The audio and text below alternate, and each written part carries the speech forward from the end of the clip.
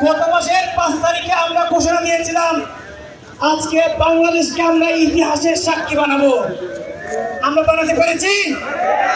রাজশাহীর মানুষ বাংলাদেশের ইতিহাসের সাক্ষী হয়েছে, সারা দেশের মানুষ ইতিহাসের সাক্ষী হয়েছে। কিন্তু সবাইকে একটা কথা খুব স্পষ্টভাবে মনে রাখতে হবে, স্বাধীনতা থেকে খুব বেশি খুশি হয়ে যাওয়ার কোনো কারণ নাই। আড়ালে এখনো ফেসিবাদ হাসতেছে। শেখ হাসিনা বাংলাদেশ থেকে পালিয়ে ইন্ডিয়া গিয়ে এখন বসে আছে এবং বাংলাদেশে আওয়ামী লীগের যে 500 ছিল, যদি আওয়ামী লীগ সরকার ক্ষমতা থেকে পতন হয় তাহলে অন্তত পক্ষে 2 লাখ আওয়ামী লীগের নেতাকর্মী মারা যাবে। মারা গেছে? কেউ মেরেছে তাদেরকে? কিন্তু আমরা আইন হাতে তুলে নিব না। সহজ কথা, আমরা 53 বছর ধরে আমাদের সাথে যেভাবে বেইমানি করা হয়েছে, 1971 সালের মুক্তিযুদ্ধে এই আওয়ামী লীগের নেতারা বাংলাদেশ থেকে পালিয়ে কেউ ভারতে কেউ পাকিস্তানে পালিয়ে গিয়েছিল।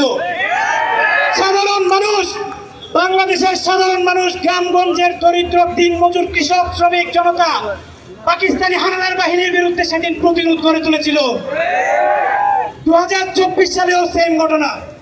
বাংলাদেশের 90% মানুষ কতিপয় ফেসিবাদের দালাল ছাড়া বাংলাদেশের 17 কোটি মানুষ সেদিন রাজপথে নেমে এসেছিল।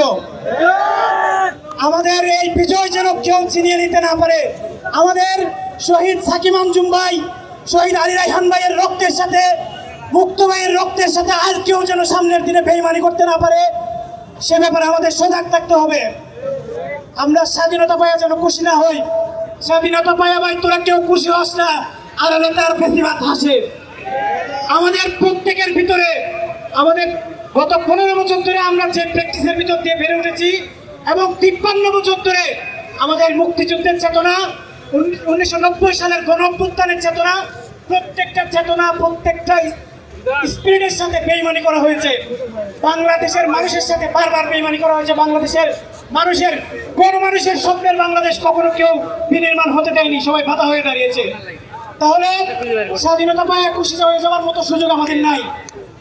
সবার আগে আমাদের মনের ভিতর যে ফ্যাসিজম আছে, মনের ভিতর যে হাসিনা আছে, সেটা সবার আগে আমাদেরকে টেনে হিসেবে বের করতে হবে। আমি যদি সংশোধন না হই, আমি যদি লুটপাটে অংশগ্রহণ করি, তাহলে বাংলাদেশ কোনোদিন সোনার বাংলা হবে না। আজকের এই 1 মাস পূর্তি উপলক্ষে যে সমাবেশ, এই যে শহীদ মার্চ, যদি গত মাসের 5 তারিখে বাংলাদেশ স্বাধীন না হতো, ফেসিবাদী হাসিনার মসনদ যদি আমরা ফেলে দিতে না পারতাম, তাহলে আমাদের